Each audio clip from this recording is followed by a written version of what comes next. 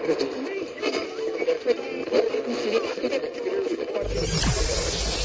ready for unique, rare, and little-known treasures from the golden age of radio. You're listening to The Amazing World of Radio with Adam Graham. Welcome to The Amazing World of Radio. From Boise, Idaho, this is your host, Adam Graham. If you have a comment, email it to me, box13@greatdetectives.net. Well, we continue our tribute to Olivia De Havilland, and today we're going to take a look at something that was not a movie adaptation. And it's Olivia De Havilland's sole appearance on Suspense. The original air date is September the 7th, 1944, and the title is Voyage Through Darkness. Now, Roma Wines present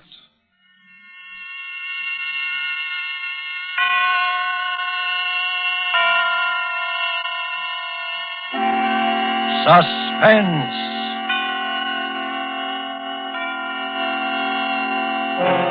Tonight, Voyage Through Darkness, starring Olivia De Havilland and Reginald Gardner. Suspense is presented for your enjoyment by Roma Wines. That's R-O-M-A, Roma Wines. Those excellent California wines that can add so much pleasantness to the way you live, to your happiness in entertaining guests, to your enjoyment of everyday meals. Yes, right now a glassful would be very pleasant as Roma Wines bring you Suspense.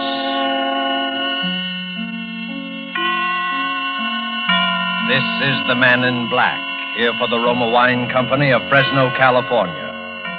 Tonight from Hollywood, we bring you the distinguished American leading lady of the screen, Miss Olivia De Havilland. Miss De Havilland appears as a girl named Judith Webster, who found herself embarked upon a journey into darkness. Traveling with her on this perilous voyage is that suave and debonair actor, Mr. Reginald Gardner. So with the performances of Miss De Havilland and Mr. Gardner in this sea-going adventure play, we again hope to keep you in suspense.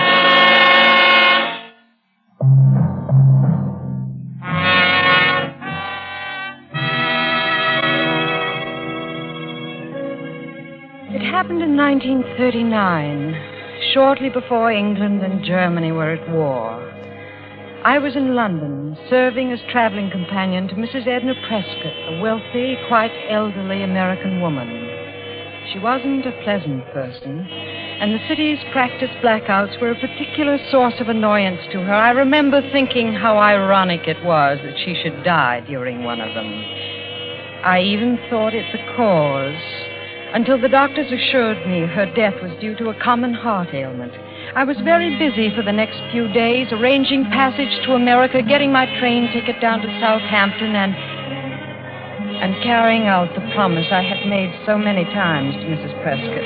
I didn't relish any part of that. Miss Webster, oh, yes. The young woman who's escorting the casket.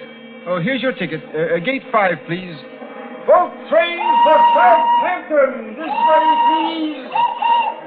The young woman who's escorting the casket. He said it so matter-of-factly, as if such things occurred every day. I suppose they do. And yet, every minute on that train I felt uncomfortable, on edge. It seemed as if the trip to Southampton and the steamer docks would never end. I remember how glad I was when it did, and how cheerful the steward's voice sounded as he greeted me at the head of the gangway. Good evening, miss. Welcome aboard. May I show you to your cabin? Please do, steward. I'm very tired. 12A, B deck. This way, miss. Tracking down blackout killer. Police hot on trail the blackout killer. I hope they get him all right, miss. Get who? Police have new clue on blackout killer. Boy, that blackout killer. The police have a new clue on him, he says. Oh, yes. An awful thing. Ah, here we are, miss. 12A. You have it all to yourself. Thank you, steward. Oh, I'm sorry. Here you are. Oh, it's quite all right, miss. Thanks, and good night. Call me if you need me now. Good night. In my stateroom, perfectly safe, I realized how jittery I'd been, how upset. And now, how relieved. Suddenly I began to laugh right out loud. My fears had been so foolish, so very foolish.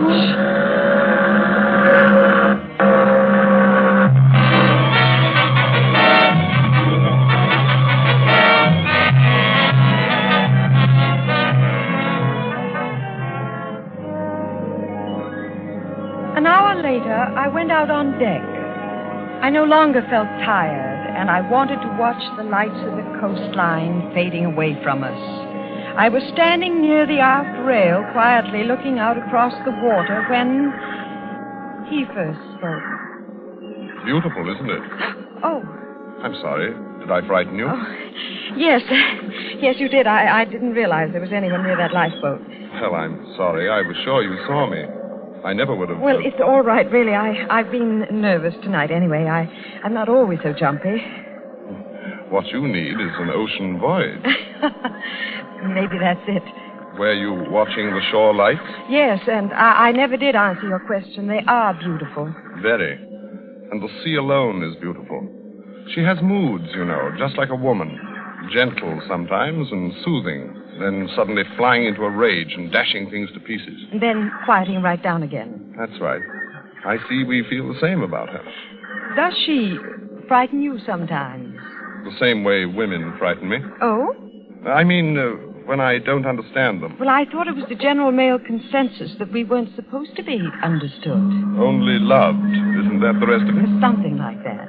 Anyway, it's a philosophy I disagree with. And that's refreshing. Ah, the lady is amused. Oh, not at all.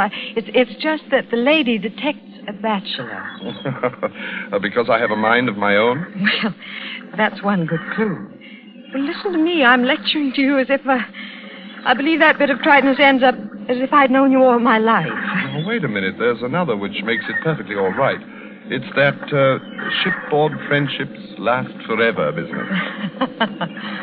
However, my name is Alan Bruce. Yours? Judith Webster. A miss or... Miss. Good. Well, we got through that. Quite nicely. You suppose we could get through a dance? There's music in the salon. Well, there's no longer any view of the shore lights. However, you did say the sea alone was beautiful. I was so wrong. There's nothing as monotonous as all that water. It is kind of flat. Yes, well, let's trade it for champagne, shall we? Be with you in a minute. Where are you going? Well, just over here. Wanted to do the skipper a little favor. What is it? Oh, the lifeboat cover. How did that ever get so loose? I don't know. I noticed it a while back. There. Well, that should do it. Strange. It was almost as if... Oh, no. Well, what were you going to say? Well, I was going to get melodramatic and suggest that someone might have been hiding there. You mean a stowaway? Yes. Well, of course it's silly. I wouldn't say so. You're joking. Not at all. It's quite possible someone could have slipped on board and hid in that boat.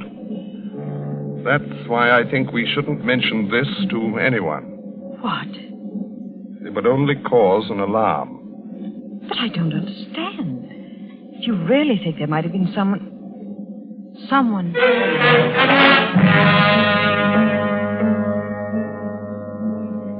I shall never forget that moment and the thoughts which went racing through my mind. My nervousness on the train, those horrible headlines about the blackout killer that newsboy had shouted an hour before, Alan's strange attitude about the lifeboat, the whole unpleasant nature of this voyage, and my promise to Mrs. Prescott. I wanted to turn and run, wanted to cry out, but somehow I couldn't. It was like a dream when you can't move. And then the darkness was swept away, and I was no longer dreaming. I was in Alan's arms dancing. There were laughing, carefree people all about us, and the ship's salon was so bright and friendly. I was ashamed for even thinking there might have been anything wrong.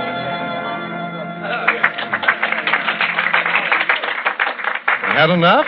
They've just brought our champagne. Well, in that case, yes. I'd about given up. Well, a fine way to talk about my dancing. You know perfectly well what I mean. Oh, all right. Let her go, waiter. Right you are, sir. There we are. All right. Thank you, waiter. That'll be all. Yes, sir. Oh, that does look good. And is. Well, what should we toast to? Shipboard friendship? Shipboard friendship. You know, What is it? Something wrong? No, nothing at all. Just thought I saw some, and will you excuse me a moment? Well, of course. I won't be long. Everything all right, miss? Oh, excuse me, miss, but the gentleman, he dropped this billfold. Oh, thank you, waiter. I didn't notice. Would you just leave it there on the table? Very good, miss. There you are. The billfold fell open as the waiter placed it on the table. I couldn't take my eyes from it. There was an identification card in plain sight. The name on the card was not Alan Bruce. It was Charles Drew.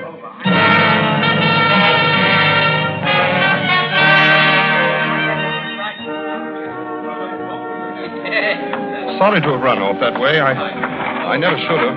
Didn't know the fellow at all. Say, you haven't touched your champagne. You'll let all the kick go out of it. I'm afraid all the kick has gone out of it. Well, we'll soon take care of it. Oh, my billfold. Where did you find it? It was on the floor. The waiter picked it up. The waiter, did he look at it? No. Well, we found an honest man, eh? Have to remember him. Hadn't you better look to see if you found an honest woman? I'll take a chance. On my honesty, yes. But what about a woman's curiosity? Oh, I see. Well, now you know. Really? Well, I must be more careful of my things in future. But you know, I'm sure you wouldn't tell anyone anything. No? No. I knew from the very first that I could trust you implicitly. Stop your music. Stop your music. Stop it. Stop. Say, what's happening? What's up, Stuart? Why is the music stop? What's the matter here? Attention, everybody. The first officer has something to say to us. Ladies and gentlemen, I'm sorry to break in on your dancing this way, but I assure you this won't take long. We've just received a radiogram from London, and I must ask your cooperation. Something important? Maybe it's war with Germany. No, it isn't war. Nothing nearly as alarming as that. However, the London police suspect that we're carrying a stowaway, and they've asked us to make a thorough search of the ship and report back to them. Really? Must be a criminal. A criminal? Oh, no, I don't... Francis, the blackout killer. A killer on our ship? Now, wait a moment, please, ladies and gentlemen. It won't help to get excited. The ship is being searched. He'll never get off. All we ask is that you keep your cabins locked. I was afraid this might happen. How long did you expect to keep it from them? Naturally, I was hoping they'd never... Judith. Well, Judith, what's wrong? Where are you going? Hey, look at him. Well, what the devil? Hey, what's the matter, handsome? She run out on you? Well, please let me through, will you? Okay, sure. Go to it, mister. Don't let her get away. You know, maybe she thinks that you're the blackout killer.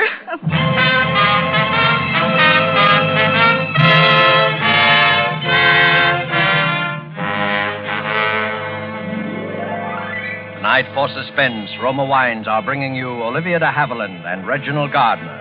You have heard them in the first act of Voyage Through Darkness by Joel Malone, tonight's tale of Suspense.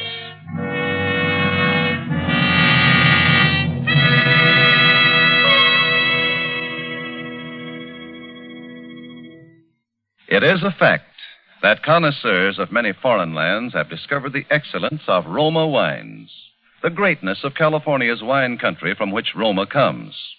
But millions of Americans also know these things and have made Roma by far the most popular, the largest selling of all America's wines. Here at home, Roma wines are truly inexpensive. For only pennies a glass, your meals, your entertaining can have the added delight of superb Roma wines. You will find them constant in quality, of unvarying excellent taste and character. Fine products of age-old winemaking skill, perfected by modern knowledge. To start enjoying this really fine wine yourself, simply place on the table with dinner tomorrow a well-chilled bottle of hearty, ruby red Roma California Burgundy. Don't worry about what the meal is or what glasses you have handy. You'll be delightfully surprised at how much extra enjoyment you get from your meal. how Roma wine makes even the simplest meal a feast. Enjoy Roma wines anytime with meals when entertaining. It's the easy, inexpensive way to make a big hit with guests and with the family. Be sure to ask your dealer for ROMA, Roma wines, made in California for enjoyment throughout the world.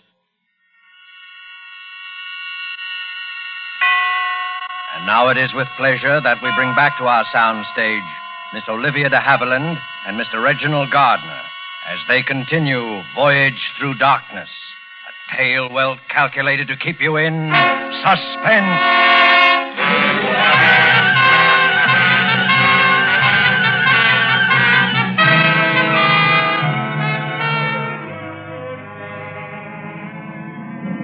I'll never know why I left the dining salon without telling them. Certainly there could no longer be any doubt. It was all too clear. That loose canvas covering on the lifeboat, the way he'd been standing there, even the name he had given me, Alan Bruce.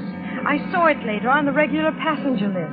He must have killed Bruce and thrown him overboard, taking not only his name, but his stateroom and clothes. It was all so fantastic. Worse than anything else. I had almost fallen in love with him.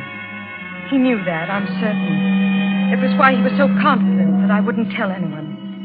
And I didn't. Not even when I spoke to the first officer about my promise to Mrs. Prescott. I wanted to tell him, but somehow Miss Webster, I'll arrange it for early tomorrow morning. Most of the passengers will be asleep. Thank you. I suppose it's rather unusual, but then Mrs. Prescott was an unusual woman. I haven't conducted a burial at sea since the last war. However, I'm not entirely unprepared. The company officials spoke to me about this before sailing, and, well, now, don't you worry, Miss Webster. The ceremony will be quite in order, I assure you. Thank you. I'll bid you good day, ma'am.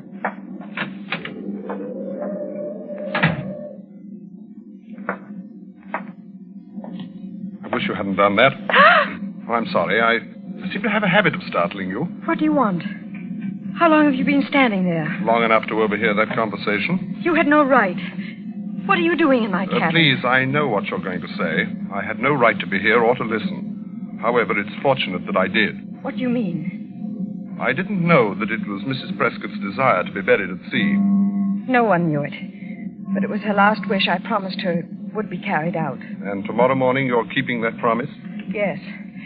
And now, if you'll excuse me, I don't feel very well. I'd like to... Wait, please, Judith. You've been avoiding me, haven't you? Yes, I have. I hope it's only because you've been upset. About Mrs. Prescott, I mean. That's one reason. Oh, I'm sorry. I almost thought we were beginning to become very good friends. You know, you're the only person on board whom I can trust. You're very sure about that, aren't you? Of course. You know who I am and what I'm doing on this ship, and yet you've told no one. I've wanted to. I know. Women were never meant to keep secrets. However, I'm going to ask you to keep one more. I'd rather not. Sorry. I must include you this time. You see, it requires a change in your plans so they'll fit in with mine. I'm afraid I don't understand. It's very simple. Judith, this may upset you, but I must ask that you tell them that you've changed your mind, that you don't want Mrs. Prescott buried at sea. What? You remember what they said? Even if they couldn't find the stowaway, he'd never get off the ship. Well, he could get off, very easily, if you'd allow him to take Mrs. Prescott's place in that casket. What, in that casket? Yes. Clever, eh? Clever? Well, not every man would think of it. Simple as it may seem, everyone searching the ship, questioning each passenger, and all the while the man they were seeking would be safe inside the casket. He would only have to wait, patiently, and then be hoisted from the ship's hold, lowered onto the pier, and whisked safely away in a funeral car. And when he was discovered by the funeral attendants? Oh, I'm sure they'd be so shocked at the dead coming to life, he'd have little trouble in... Stop it! Stop it, do you hear? If you haven't any respect for the dead, I'm afraid I have. Oh, Mrs. Prescott, you mean? I should have told you that part of it. Her last wish has already been carried out. You see, her body was removed from the casket the night we sailed. Mrs. Prescott is already buried at sea. You've thought of everything, haven't you? Yes. In my position, one must.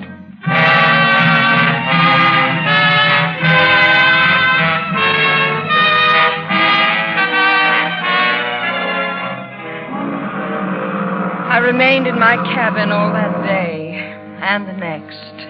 I was afraid to see him again. I can't explain the strange fascination he held over me. I remember how surprised the first officer looked when I told him I had changed my mind about the burial. It was as if he sensed the truth, as if he knew Mrs. Prescott's body wasn't in the casket, that it was empty. But of course it was only my imagination and my sense of guilt for this terrible wrong I was doing.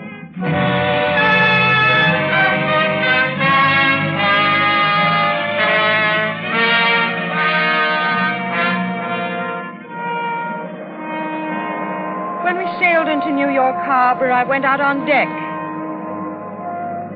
He was standing there near the port rail. I went up to him. He turned and smiled as if he'd been expecting me. Oh, there you are. I've missed you. Haven't been under the weather? No, I've been perfectly well. You had me worried, not showing up at dinner. You know, I've come to depend on you.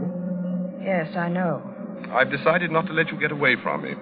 After this is all over, we must, You haven't much time. Oh, that's right. This may not be easy. Wish me luck? Haven't I done more than that already? Yes, of course. Only, like this, Judith.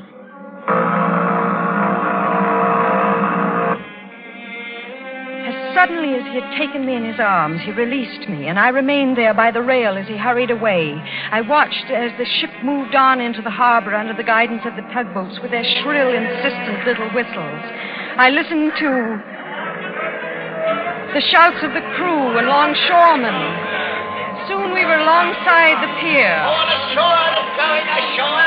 And the steward was shouting from the head of the gangway, and then I saw it. The casket. They were lowering it toward the pier. There was a car waiting, a long black car, and suddenly I realized what I had done, what a fool I had been, what a cowardly, frightened little fool. Wait! Stop them! Don't let them take it! Don't let them! Wait, please! You mustn't touch that casket. There's something wrong. Huh? Hey, what's the matter with you, lady? Get out of the way, will you? But there's a man in there alive. He's hiding. Sure. Hide and go seek he's played in a coffin. Go on, lady. We got work to do.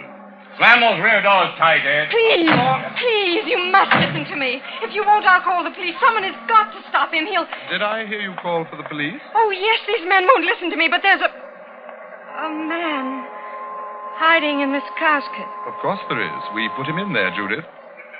What did you say? I said we put him in there. Or rather, we let him walk right into our trap. Wait a minute. Are you trying to tell me there's someone else inside that casket? Well, surely you're not trying to say that you thought I was in there. But who else? Who else? Why, the blackout killer, of course. Then he's getting away. You're letting him get away. No, Judith. No. Those men know who's inside that casket. And they know right where to take him. Take him? You know, Judith, for someone who helped plan this entire thing, you're acting very strangely. I'm acting strangely? It's almost as if you didn't know who I am at all. I don't. What? I said I don't know you. I still don't. But the night I dropped my billfold, I thought surely you... All I learned that night was your real name, Charles Drew. You mean you didn't look at the rest of my papers? Certainly not. But that's amazing. Say, you are different. Yes, and I suppose you're the everyday run-of-the-mill type. Look, what is this? Oh, it's all very simple, Judith. I thought you'd learned of my affiliation with Scotland Yard when you had my billfold. You mean you're a detective? I've even been called a bloodhound. Then all this time, you've been trailing the killer. That's right. We had a tip-off he might be on this ship, and when I discovered the loose lifeboat covering, I was certain of it. Then Alan Bruce, He wasn't murdered at all. He never existed. Just a name I was using. Good Lord, Judith, you know detectives never travel under their own names. It just isn't done. No, everything has to be done the hard way. I suppose that's why you just didn't find the killer and arrest him on board. Oh, no, hardly. You see, I couldn't find him. Searched the ship from top to bottom, and I guess he really would have given me the slip if I hadn't looked in the casket. He was hiding there all the time? No, it was empty. I don't get it. Well, neither did I at first. And then I began to wonder why he would remove Mrs. Prescott's body from her casket unless it was part of some plan. And I decided that it was. A weird yet thoroughly clever plan. Remember I told you not every man would think of it? Yes, you did say that. He had only to wait patiently until the ship docked. Then, at the last minute, slip into the casket. And be hoisted out of the hold onto the pier and whisked safely away in the funeral car. And to think, if it hadn't been for you, he might have gotten away with it. Oh, you helped plenty. By calling off that burial and leaving the way open for him. Oh, no, Charles. I nearly wrecked everything. I thought you were the killer. Well, no wonder you avoided me. I was so mixed up. I thought I knew so much. No, it's my fault, darling. I overestimated you. Is it all clear to you now?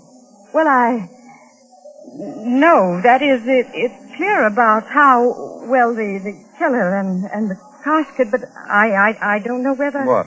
You mean about the lifeboat and... No, about you. I'm not clear whether... You mean whether or not I'm really Scotland Yard? Well, I am. You can really... No, I'm just not sure whether... But, Judith, there's nothing else. Oh, except, of course, that I love you, and... What was that again? I said I love you. How can I be sure? Judith, darling. Oh, Charles. That makes it very clear.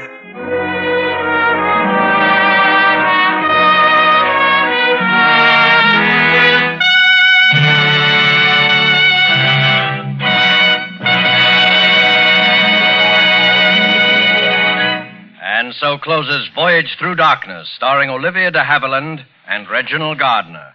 Tonight's study in Suspense. Suspense is produced and directed by William Spear.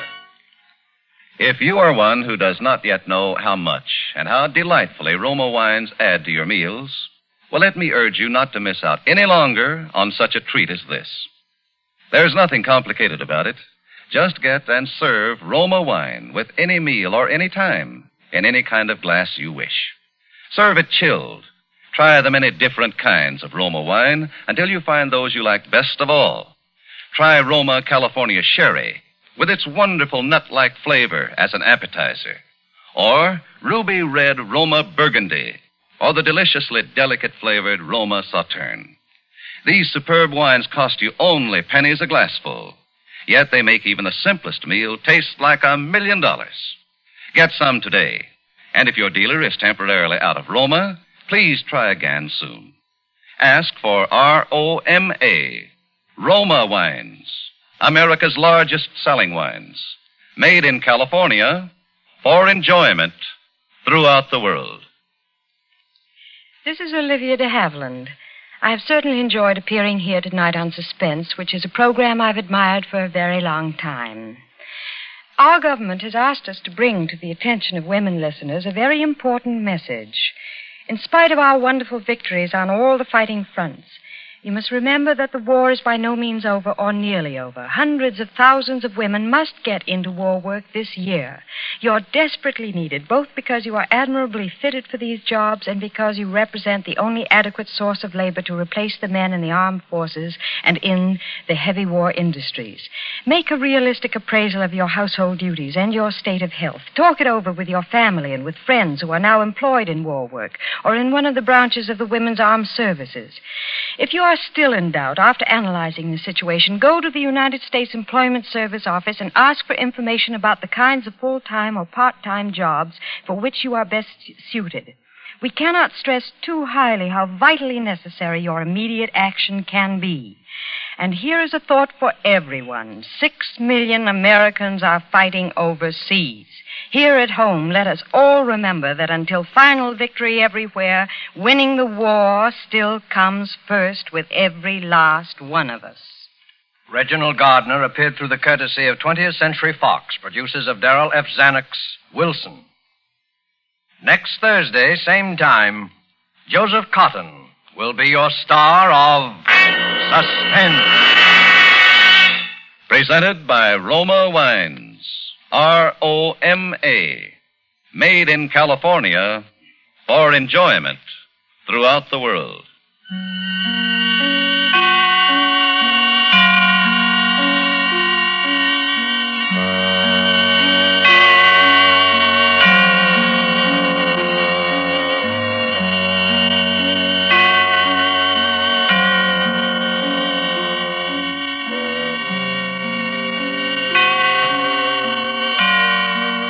This is CBS, the Columbia Broadcasting System.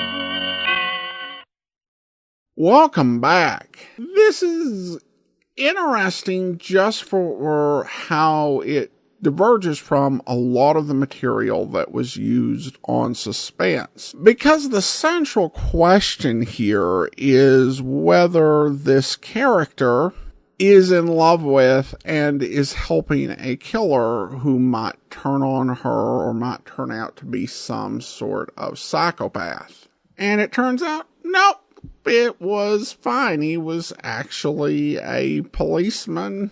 And if she'd paid more attention when looking at his wallet, there wouldn't even be an episode. Like I said, it's a very different turn than I'm used to Suspense episodes taking, where it turns out to be darker or even worse than you imagine.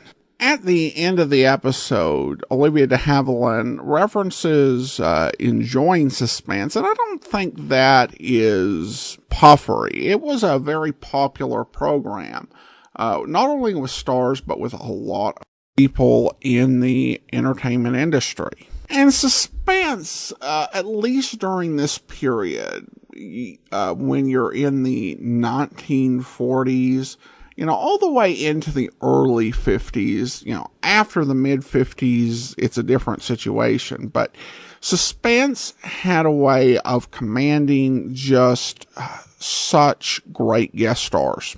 Even people who didn't tend to do other programs. Olivia De Havilland didn't do any sort of dramatic acting over radio outside of film adaptations, except for an episode that she did for a wartime program called Everything for the Boys. So this was a rare performance, and the stars who came to Suspense drove its popularity in this era as much as the stories. They kind of fed off each other.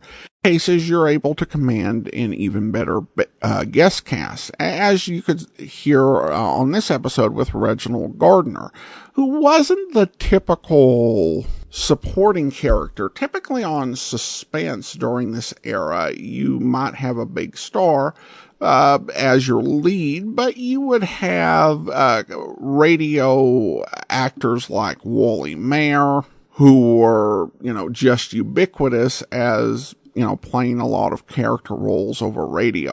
Reginald Gardner didn't do that sort of work over radio, but because you had Olivia De Havilland on, they went with Gardner, who also would actually star in an episode of Suspense within a few weeks. Whether his appearance in this episode was her request or just an idea to bring in a higher caliber of actor, it's an interesting deviation from the typical Suspense episode. All right, well, that is actually all for now. Join us back here on Friday for another episode in this series. And then next week, we will be continuing this. Previously, we'd announced September 9th as the start of our Abe Lincoln series starring Raymond Massey, but we're going to go ahead and push that back to September the 16th for our fall series. So just be aware of that. And we will, as I said, be back on Friday with the next episode in our Olivia De Havilland tribute. If you do have a comment, email it to me, box13@greatdetectives.net. From Boise, Idaho, this is your host, Adam Graham, signing off.